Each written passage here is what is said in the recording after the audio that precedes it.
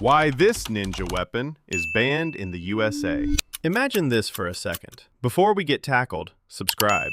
You walk into a Walmart in the United States. Bright lights, shopping carts rolling everywhere, a giant American flag hanging from the ceiling. You're not here for groceries. You're not here for clothes. You walk past the guns, past the knives, and then you pull out a tiny metal star. The cashier freezes. An alarm starts screaming. Red lights flash. And before you can even blink, security tackles you to the ground like you just tried to steal nuclear codes. Why? Because that tiny piece of metal in your hand is illegal in many parts of the United States. And no, this is not a joke. For centuries, this was one of the most feared weapons in the shadows. Not because it was powerful, not because it was flashy, but because you never saw it coming. It was silent, small, easy to hide. A weapon that could injure you without warning and disappear just as quickly as it appeared. Today, try walking through a US airport with one in your pocket, and you're not catching your flight. You're catching charges.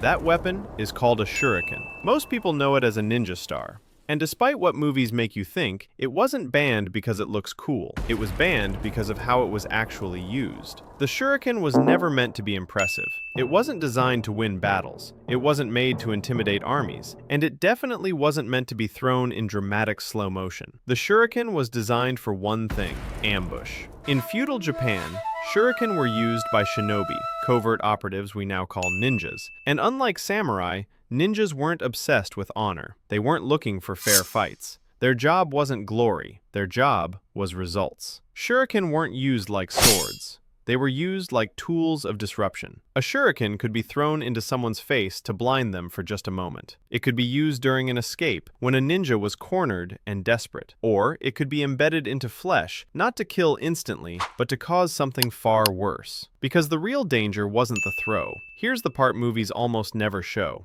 Traditional shuriken were often deliberately dirty, covered in rust, exposed to soil, sometimes even animal waste. Why? Because in a world without antibiotics, even a small cut could turn deadly days later. A shallow wound could become infected. That infection could spread, and the victim might not die immediately, but slowly, painfully. The weapon didn't need accuracy, it needed patience. And here's something else Hollywood gets wrong. Many shuriken weren't even star-shaped. Some were spikes, some were needles, some looked like sharpened nails. They were small enough to hide in sleeves, in hair, even in sandals. You wouldn't see it coming, and that was the entire point. For centuries, shuriken stayed exactly where they belonged. In history, in secret, in the shadows. Then something changed. In the 1960s and 70s, martial arts movies exploded in popularity. Ninjas became global icons. Suddenly, everyone wanted to be stealthy. Everyone wanted to be dangerous. And the shuriken became a symbol of rebellion. Manufacturers started mass-producing them. Cheap, sharp, easy to buy. No training required. No background checks. Just metal and bad decisions. And suddenly, shuriken weren't in museums anymore. They were in backpacks, in cars, in pockets, and law enforcement started noticing. From a legal perspective, shuriken caused a serious problem. Because unlike knives, they aren't tools. Unlike firearms, they aren't regulated in the same way. Shuriken had no peaceful purpose. They weren't for work. They weren't for hunting. They weren't for self-defense. They existed for one reason: to hurt someone. Police also noticed something else. Shuriken were extremely easy to conceal. Someone could carry multiple at once without anyone noticing. One person could suddenly become a walking weapons stash. And because shuriken are silent, there's no warning sound, no bang, no chance to react. That's when states began stepping in. Not with a federal ban, but state by state. Some states banned ownership. Some banned carrying them in public. Some banned selling them entirely. States like California,